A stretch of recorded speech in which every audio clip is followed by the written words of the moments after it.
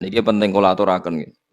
Jenengan ra usah sensitif. Pokoke masalah hukum iku wis cocok ra cocok ra usah napa sensitif.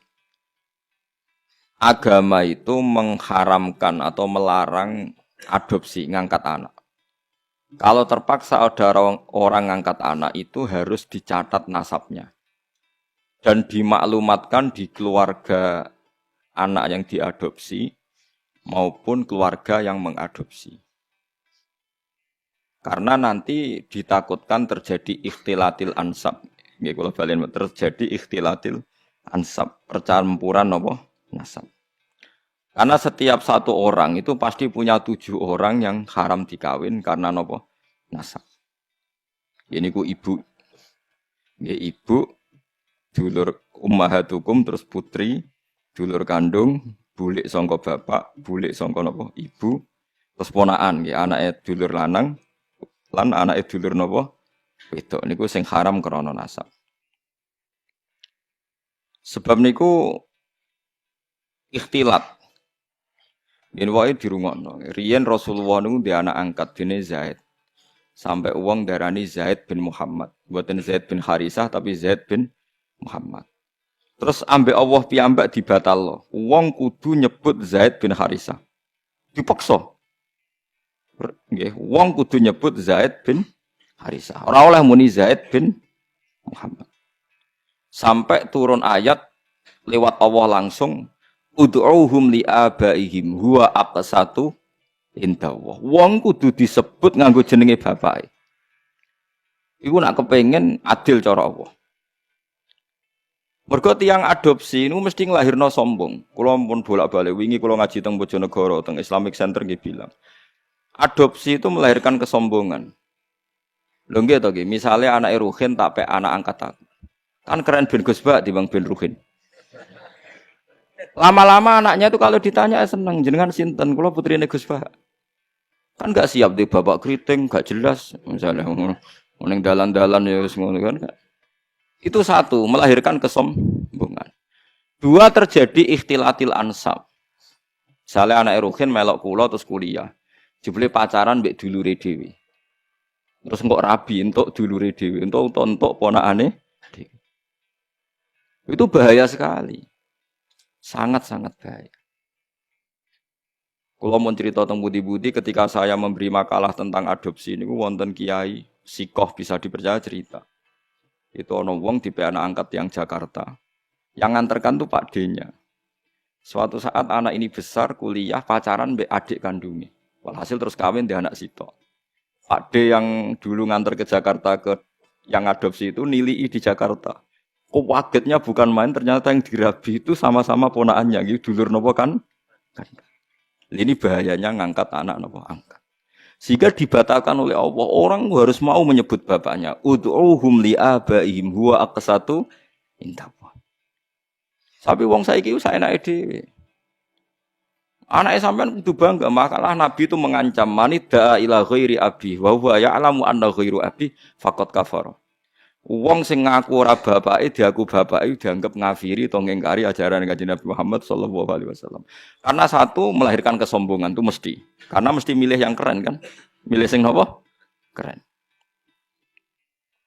Nomor 2 terjadi campur aduk napa? Nasab.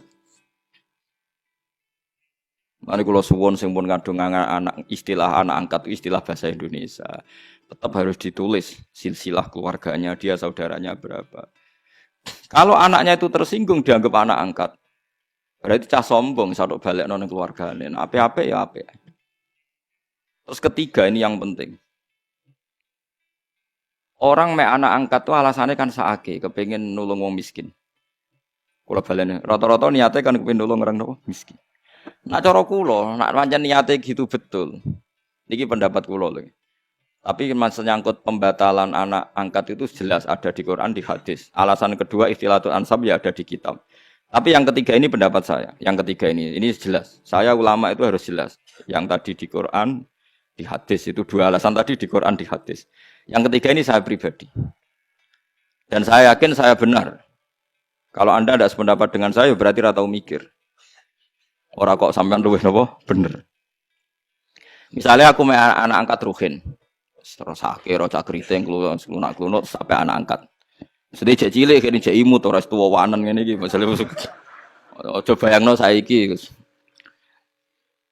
Kan cilike kan lucu ya kriting lemu putih ngono kan sampai anak angkat. Nah, itu kan misalnya Ruhin kan wis serai-rai kakean pola kan. Terus minta sepeda motor Tiger atau Nexon atau Ninja gitu.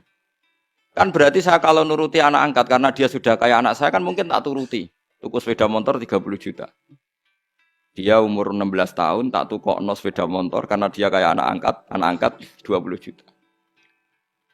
20 juta itu kalau saya niat baik, sementing tak kekno wong fakir miskin atau tak kekno santri. Itu dapat berapa santri?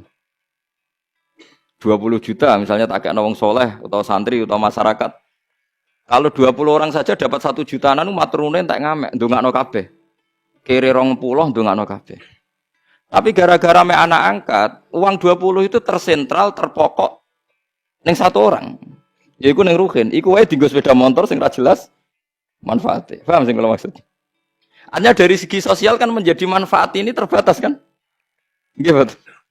Nah aku ramai anak angkat Ruhin kebagian 1 juta, mungkin Mustafa kiri pisan kebagian 1 juta kan beberapa orang kebuang. Karena saya ada harus terfokus mikir cakriteng gimana. Paham nggih? Lho tenan paham tenan to. Lho kowe oleh menentang pendapat saya boleh, saya pastikan ini pendapat saya. Tapi kan iso kula balik paham to nggih. Artinya kalau orang engko Ruhin dewasa tak gekno omah, entek 100 juta. Alasannya sakit Ruhin anak melarat. Andai kan aku gak anak angkat mungkin 100 juta lebih ke orang banyak. Tapi tetap boleh loh anak angkat. Tapi cara kula nggih sekadar ya.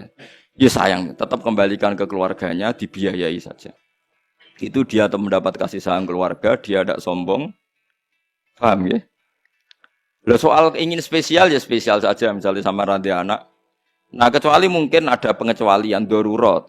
Sampean enggak punya anak. Enggak punya anak, ada ponaan atau keluarga, kamu angkat. Tapi nasabnya harus tetap ditulis. Saya ulang-ulang, nasabnya harus ditulis.